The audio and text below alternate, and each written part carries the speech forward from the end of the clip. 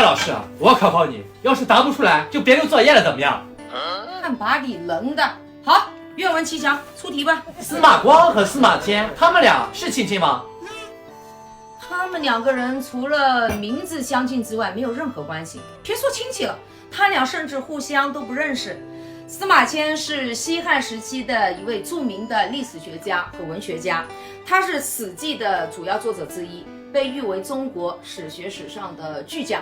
而司马光则是北宋时期的一位著名的政治家、学者和文化名人。司马光砸缸，不是砸缸，都知道吧？他是《资治通鉴》的主要作者之一。四大名著里都提到了一个人是谁，你知道吗？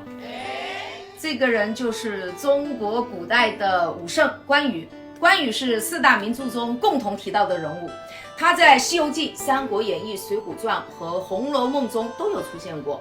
其中在《西游记》里，他是四大护法元帅之一；在《三国演义》中，关羽是五虎上将之首，是曹操的义士；在《水浒传》中，忠义堂里拜的还是关羽。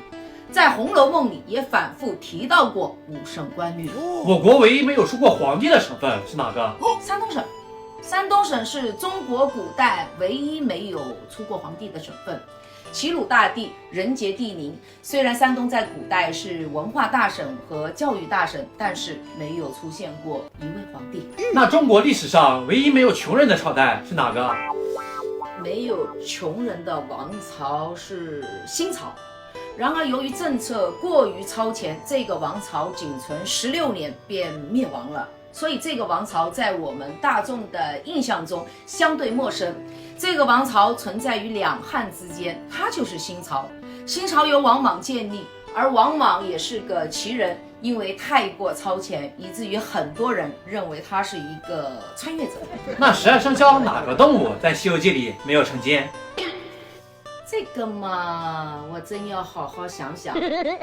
黄风怪是黄毛雕鼠，说牛肯定有牛魔王，狐有车迟国的狐狸大仙，至于兔嘛，肯定就是长河怀中的玉兔精，龙有四海龙王，蛇就当属七绝山的红绫大蟒，羊必须是车迟国的杨毅大仙，猴有孙悟空，猪有猪八戒，鸡有28宿之一的某日星官。有人说是狗，因为狗没有化作人形，没有成为狗精。有人说是马，因为白龙马是龙，人家本来就是西海龙王的三太子小白龙，自然也算不得是马精。争论不休，未有定论。